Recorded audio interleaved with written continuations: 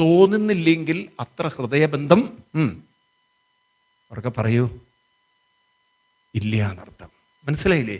ഞാനിത് വേറൊരു കേസിൽ മനസ്സിലാക്കിയത്, ഒരമ്മ ഡെയിലി വിഷ്ണു സഹസ്രം, ഡെയിലി വിഷ്ണു സഹസ്ര ലളിതാ സഹസ്രം വെച്ചിട്ട് ഈ അമ്മയുടെ മകൾ ഇതുപോലെ ഒരു പ്രേമത്തിൽപ്പെട്ടു. അപ്പം ഈ പെൺകുട്ടിയോട് അമ്മ പറഞ്ഞു, നിനക്ക് ഞങ്ങളെക്കാൾ വലുത് അവനാണ് എന്ന് തോന്നുകയാണെങ്കിൽ നീ വിവാഹം കഴിക്കണം. അതല്ല, ഞങ്ങൾ നിനക്ക് വലുതാണെന്ന് തോന്നുകയാണെങ്കിൽ ഞങ്ങളെ കൂടി ഉൾക്കൊള്ളുന്ന ഒരാളെ നീ സ്നേഹിച്ച് കല്യാണം കഴിച്ചു. അപ്പം നീ അവനോട് ഇത്രയേ പറയേണ്ടുള്ളൂ, നീ ഒരു മുസ്ലിമാണ്, എൻ്റെ അച്ഛനും അമ്മയും ഹിന്ദുക്കളാണ്. അപ്പോൾ ഹിന്ദുക്കളായ എൻ്റെ അച്ഛനും അമ്മയ്ക്കും നീ ഒരു ഹിന്ദുവായി കല്യാണം കഴിക്കുക. എന്നിട്ട് പിന്നെ മതം മാറാം, വീണ്ടും മുസ്ലിം ആവാം. അപ്പം ആദ്യം ഹിന്ദു ആവാം, പിന്നെ മുസ്ലിം ആവാം. അതിന് നീ തയ്യാറാവൂ? എൻ്റെ അച്ഛൻ്റെ അമ്മയും സന്തോഷത്തിന് വേണ്ടിയിട്ട് ഞാൻ നിന്നെ തന്നെ കല്യാണം കഴിക്കാം. അപ്പം അവൻ പറഞ്ഞു, മതം മാറിയിട്ടുള്ള പരിപാടിയില്ല എന്ന്.